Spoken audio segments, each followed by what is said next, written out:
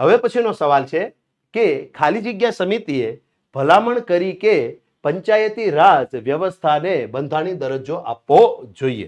ચલો મિત્રો, સવાલ એવો છે કે આપેલ સમિતિઓ પૈકી કઈ સમિતિએ કેન્દ્ર સરકારને, ભારત સરકારને એવી ભલામણ કરેલી કે પંચાયતી રાજ સંસ્થાઓને બંધારણમાં સ્થાન આપવું જોઈએ? ઓપ્શન એ છે GVK રાવ સમિતિ, ઓપ્શન બી છે અશોક મહેતા સમિતિ અને ઓપ્શન સી છે LM સિંઘવી સમિતિ.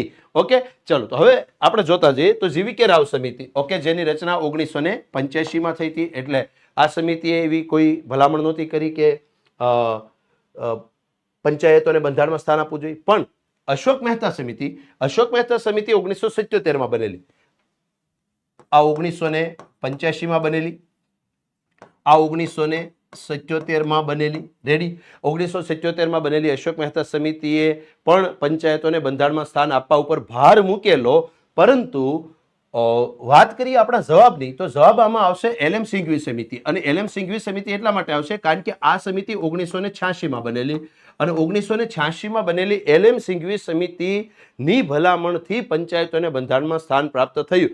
ખરેખર તો અશોક મહેતા સમિતિએ પણ પંચાયતોને બંધારણમાં સ્થાન મળે એના માટે ભાર મૂકેલો, LM સિંઘવી સમિતિએ પણ ભાર મૂકેલો, પણ અંતે છેલ્લે વર્ષ 1992માં LM સિંઘવી સમિતિની ભલામણથી પંચાયતોને બંધારણમાં સ્થાન મળ્યું. તેથી આપણે અહીંયા ઓપ્શન જવાબ રાખશું ઓપ્શન સી, LM સિંઘવી સમિતિ.